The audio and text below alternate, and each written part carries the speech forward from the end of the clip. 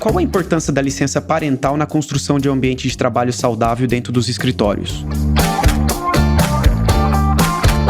Eu sou Leandro Ramos e este é o Juridicast, o seu podcast de marketing jurídico. Hoje podemos dizer que as demandas dos colaboradores frente às empresas é muito diferente do que foi num passado recente. E algo que tem mudado muito é a relação que pais e até avós estabelecem com seus filhos e netos. Discutir sobre licença parental hoje não significa apenas falar sobre licença maternidade, é um conceito muito mais amplo, né? E para debater esse tema aqui comigo, é com grande prazer que recebo no Juridicast a Mariana Lombardi e o Fernando Marcondes, sócios do MAMG Advogados, um escritório que traz grandes inovações sobre esse tema. Mariana e Fernando, sejam muito bem-vindos ao Juridicast. Obrigado, Leandro. Muito obrigada, Leandro. E, gente, para entrarmos aqui no tema, né, de onde nasceu a ideia de se implementar uma licença avós no escritório? Bom, acho que eu, como avô, posso responder essa pergunta. Perfeito. Já que nós estamos falando aqui de parentalidade, eu sou o Fernando, pai do Fábio, do Guilherme e do Felipe, e avô da Catarina, do Vicente e da Luna.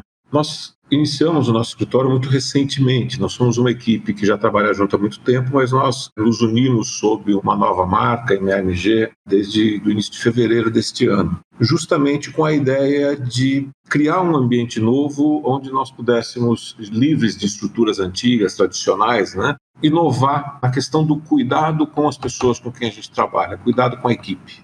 Além, lógico, dos demais setores, cuidado com o cliente, etc., que já é o que todo escritório deve fazer, mas nós tivemos uma preocupação grande de criar um ambiente no qual os profissionais pudessem encontrar um espaço saudável, principalmente. E nós criamos, então, algumas task forces dentro do escritório, envolvendo toda a equipe, para que todos pudessem dar ideias, enfim, contribuir para a gente criar os nossos programas, né, voltados ao bem-estar, à saúde mental, etc.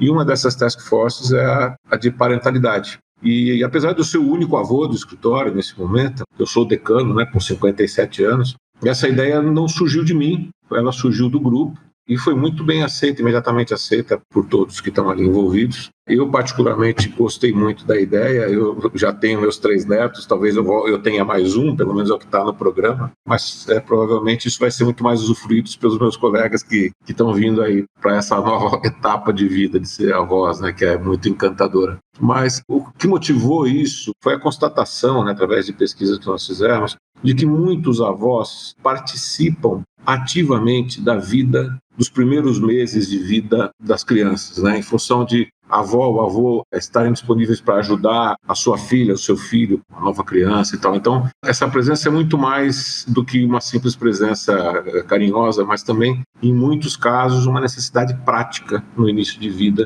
de uma criança, né? Então, isso principalmente é que nos moveu, essa possibilidade de olhar para um membro da equipe que tenha essa condição de se tornar avô ou avó, e ter a possibilidade de ajudar seus filhos nesses primeiros momentos, além de, se não tiver essa necessidade, viver esse momento dessa nova etapa, que é uma coisa tão rica, tão especial. Eu, que sou avô, posso dizer que é uma frase batida, né, que a gente gosta mais dos netos do que dos filhos. Não é bem isso. Na verdade, a gente estende para os netos o amor que a gente tem pelos filhos, né, como se fossem ramos de uma árvore. Então, é uma presença muito viva, muito rica na vida da gente, que precisa ser aproveitada. Eu acho que o escritório, uma empresa, precisa dar essa condição para as pessoas. Nós temos que pensar nas pessoas como pessoas. Parece óbvio dizer isso, mas nós vivemos num sistema em que todos nós viramos números, né? Então a ideia é tentar reverter um pouco essa realidade. E como que funciona na prática a dinâmica da licença avós? Leandro, primeiro, né, obrigada pelo convite. Você já me apresentou aqui como sócia do escritório, mas eu queria também me apresentar como mãe da Valentina, de 7 anos, e mãe do Otto, de 3 anos, né? Já que estamos aqui falando de parentalidade, que é um tema Sim. no qual eu gosto muito, até para contextualizar aí. E essa licença avós, né, a gente ainda não teve a oportunidade de implementar na prática, né, justamente porque nosso escritório é novinho,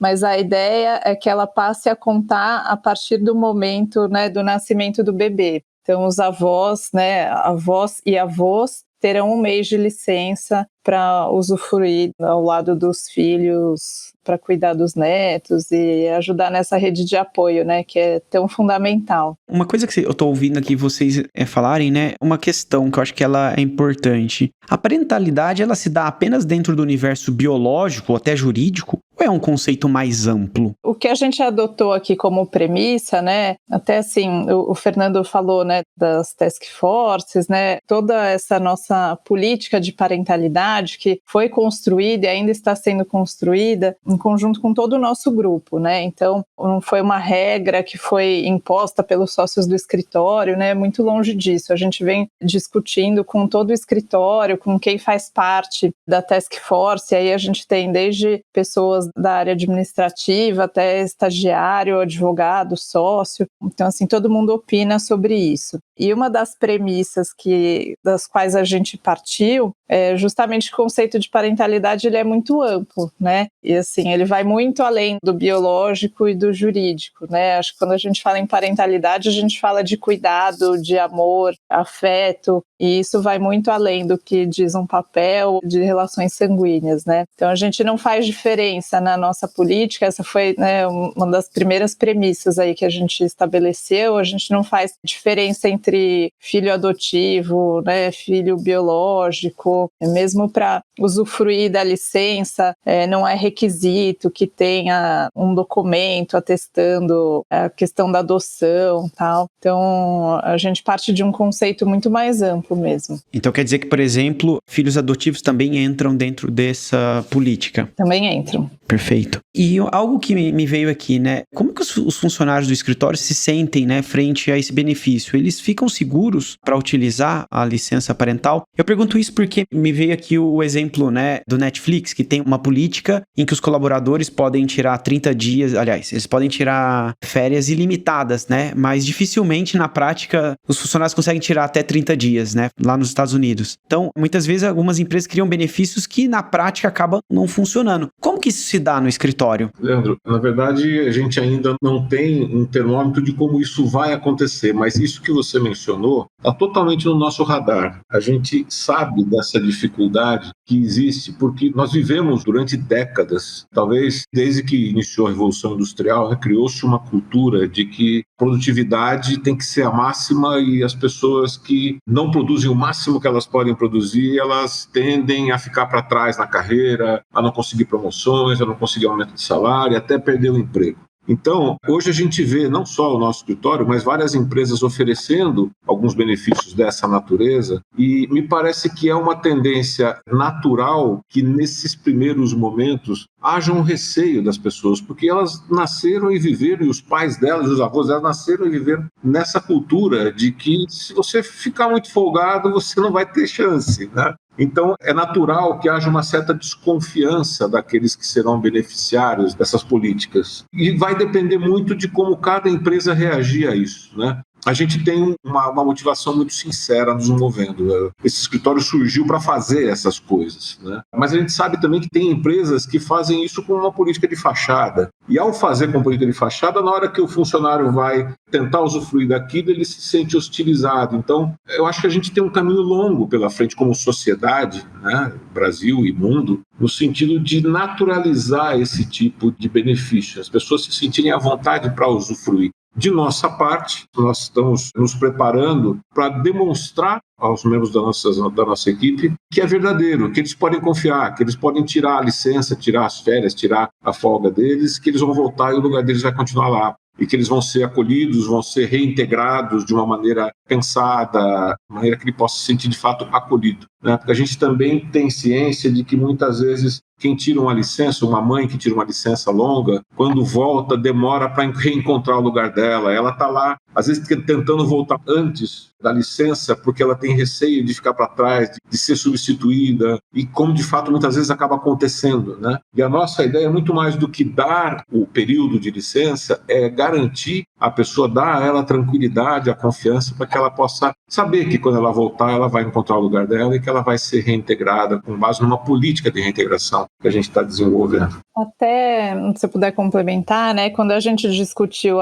essa licença avós, a ideia surgiu, né, de um brainstorm da equipe mesmo, e a primeira sugestão deles foi, por que a gente não dá alguns dias para os avós, ou uma carga horária mais flexível quando nasce o neto, né? E aí os próprios sócios falaram, não, por que a gente já não dá uma licença de 1 mês para os avós, né? E aí a equipe até falou, nossa, mas 1 mês? E a gente falou, não, por que não, né? Então, se a gente está dando, o escritório oferece isso, é para ser usado, né? Não é só para ser uma bandeira, né? É para ser usado e usufruído na prática, porque de fato é algo em que a gente acredita. E ouvindo vocês falar aqui, o Fernando trouxe a questão da produtividade. E certamente no mundo corporativo, né, o viés da performance ele é muito presente e importante para as empresas. E a pergunta que eu tenho é, na parentalidade é possível aplicar esse mesmo conceito? Ou seja, pais e avós eles precisam dar conta de tudo? Acho que existe, né, uma pressão aí, e acho que a pressão é ainda maior para as mulheres, né? As mulheres têm ainda esse papel de primeiro cuidador, são ainda enxergadas pela sociedade como as responsáveis, né, pelos filhos, e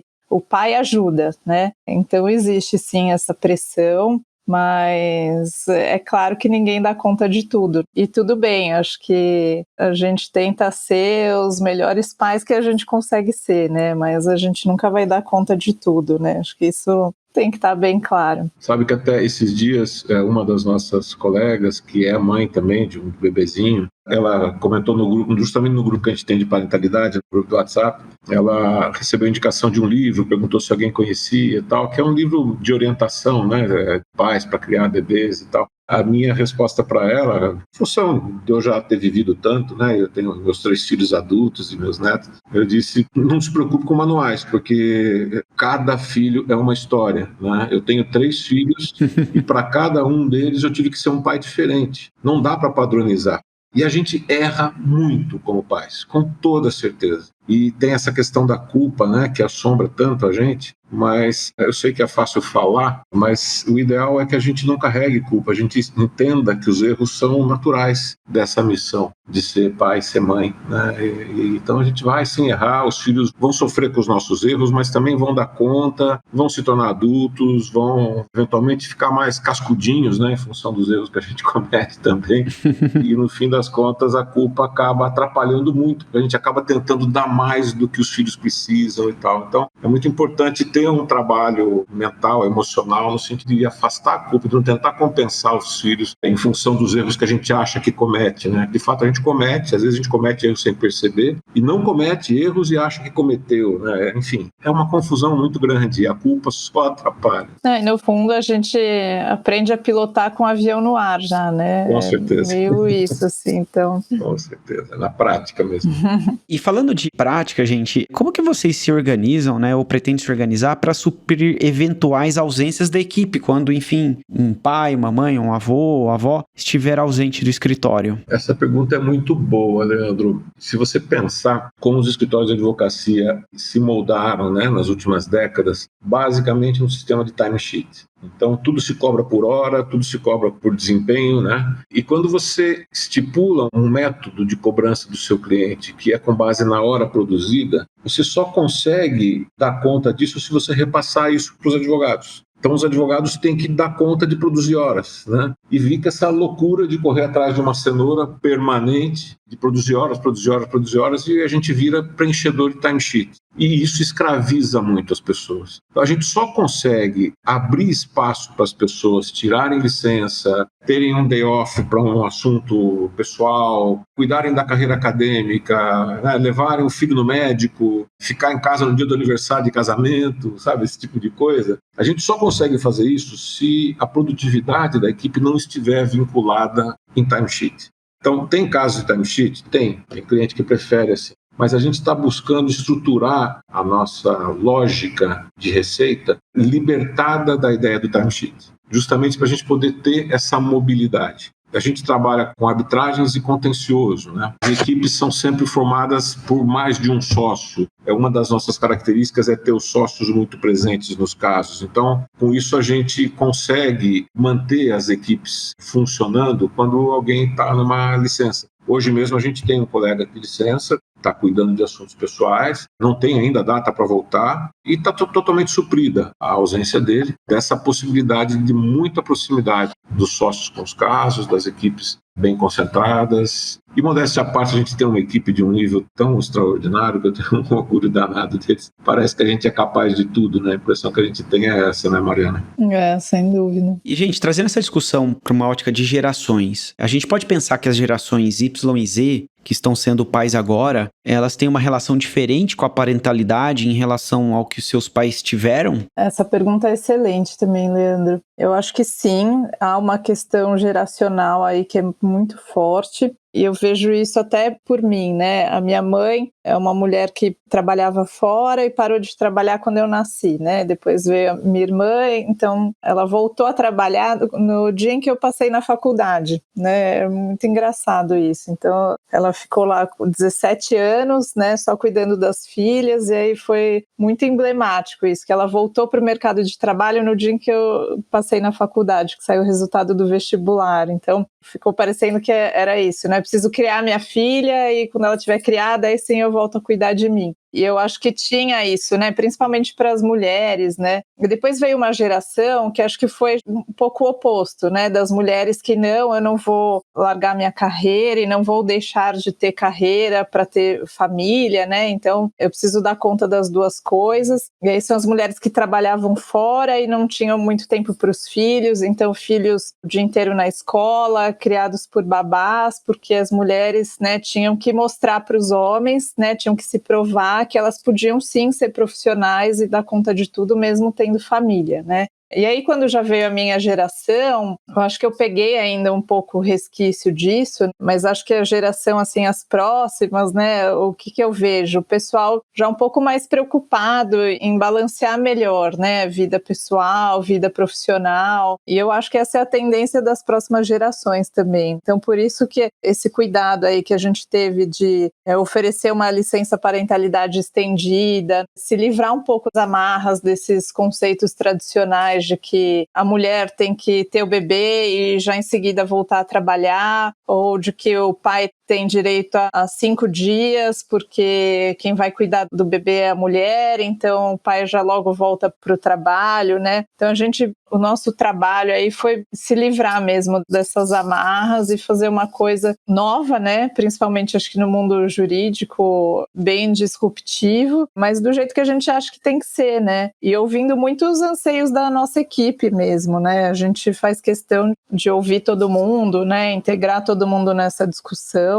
e por isso que é muito bacana também ter essa conversa, né, com estagiários e com advogados, né, porque cada um tem uma realidade, cada um tem uma visão, justamente porque são pessoas de gerações diferentes, né, então a gente consegue enxergar as coisas de uma forma muito mais ampla, né, do que simplesmente os sócios que são da mesma geração e têm a mesma cabeça, o mesmo background e criando regra ali para todo mundo, né. Isso é uma característica também que acho que é bem importante nossa, né? Isso de criar tudo com a participação de todos, né? Lógico que há coisas que necessitam de decisão, de um colegiado, mas a ideia de incluir todo mundo, né, na formação das nossas políticas é uma das coisas que a gente está valorizando muito, e a gente entende que isso pode demorar um pouco mais do que demoraria quando a coisa vem de cima para baixo. Você contrata uma empresa que vai lá, faz um projeto e você comunica as pessoas, né? A gente não está optando por esse caminho, nossa opção é todo mundo participar. Então isso faz com que isso se torne mais lento, mas o resultado disso vai ser uma coisa que é desejada pela equipe, né? Pela maioria da equipe, pelo menos. E se tiver algum ajuste a ser feito, nós vamos fazer juntos também. Se a gente constatar equívocos naquilo que a gente está criando, todo mundo vai entender o processo, né? Todo mundo terá participado do processo e nós vamos ter condição de corrigir isso juntos também.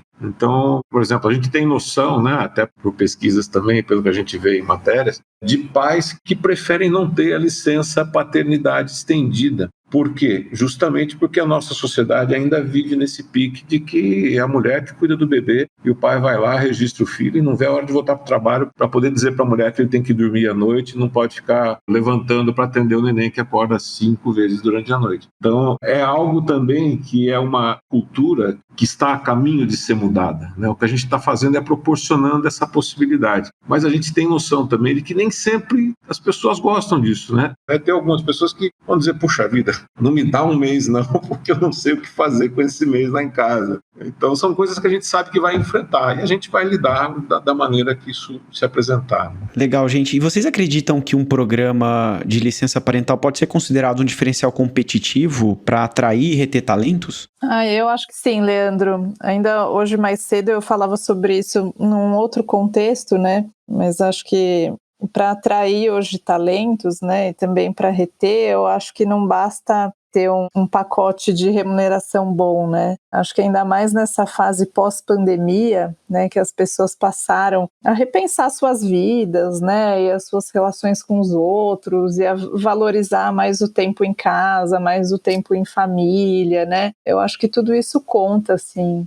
Se no passado a simples reputação do escritório era suficiente para atrair talentos, né, eu acho que hoje isso não se sustenta mais sozinho, né? Acho que quando a gente fala em reputação hoje, a gente pensa não só na reputação técnica, né, de, nossa, aqueles advogados são muito bons, eles pegam casos muito importantes e por isso que eu quero trabalhar lá, né? Eu acho que as pessoas hoje olham também como o escritório lida com as suas pessoas, né, com a sua equipe, como faz essa gestão, né? Então eu acho que a política de parentalidade é um dos aspectos, né, que deve ser considerado, sim. Bom, Mariana e Fernando, nosso episódio está se aproximando do final e com uma última pergunta. Para quem pretende implementar um programa de licença parental no escritório, por onde começar? Olha, eu acho que a primeira coisa, não só para a licença parental, mas para todos os benefícios que você pensa em termos de dar tempo à sua equipe para que eles possam viver para além da vida de advogados, é aquilo que eu mencionei em outro momento, é você criar uma maneira de obter receita no escritório que não esteja simplesmente atrelada ao tempo do trabalho de cada profissional. Isso dá mais liberdade para que você possa estruturar um sistema que possa flutuar mais, independentemente de como as pessoas estão presentes e ausentes, etc. Isso certamente é um ponto de partida. E aí, a partir disso, olhar efetivamente para as necessidades humanas e pensar que está no momento da gente rever o sistema capitalista, de fato, né? Quer dizer, o capitalismo selvagem, como ele foi criado, né, e instituído e vivido ao longo das últimas décadas, mais de século, ele começa a dar lugar a um capitalismo mais humanizado, que inclui lembrar que, afinal de contas, ganhar dinheiro, ter sucesso e etc., não pode ser um fim em si mesmo. Isso tem que ser uma maneira de ter uma vida plena. E a vida plena não é essa que a gente viveu até hoje. Eu, com os meus 57 anos, e venho de uma geração em que trabalhar era tudo, eu tenho 4 pontes de safena e 3 casamentos. É o tipo da situação de quem só viveu o trabalho ao longo de uma vida inteira. E está provado que isso não é o mais saudável. Não é assim que a gente deve passar pela vida. Então a ideia é que a gente olhe muito para as pessoas e faça uma estrutura financeira que possibilite cuidar das pessoas. Ganhar dinheiro, sim. Talvez não ganhar o máximo de dinheiro que se pudesse ganhar, mas principalmente proporcionar qualidade para todo mundo que está ali, né? Para os sócios e para os não sócios. Eu diria também, acho que para abrir um pouco a cabeça, né? Porque a gente foi muito moldado em conceitos muito tradicionais, né? Muito centrados no machismo e no patriarcado, e principalmente quando a gente fala de parentalidade, né? A gente tem preconceitos que são automáticos, né? Então acho que a gente tem que abrir um pouco a cabeça mesmo e pensar em novos paradigmas, né? Por que não criar novos paradigmas? E acho que ouvir a equipe também, né? É essencial em tudo. A gente vem fazendo isso, né? Em todas as nossas decisões aí de gestão. E é maravilhoso, né? Ver como pessoas com experiências diferentes podem contribuir, né? Muito bom, pessoal. Gostaria de agradecer imensamente a participação de vocês aqui no Juridicast, que contribuíram com uma discussão tão relevante nos dias atuais. Muito obrigada, Leandro. O prazer foi nosso. Prazer foi nosso, Leandro. Obrigado mesmo. Gostou desse podcast? Então compartilhe o episódio nas redes sociais e acompanhe o Juridicast, produzido pela agência Javali, especialista em marketing jurídico. Lembrando que este é o último episódio da 9ª temporada do Juridicast. Voltamos no dia 6 de outubro com a 10ª temporada, repleta de novidades e conteúdos exclusivos.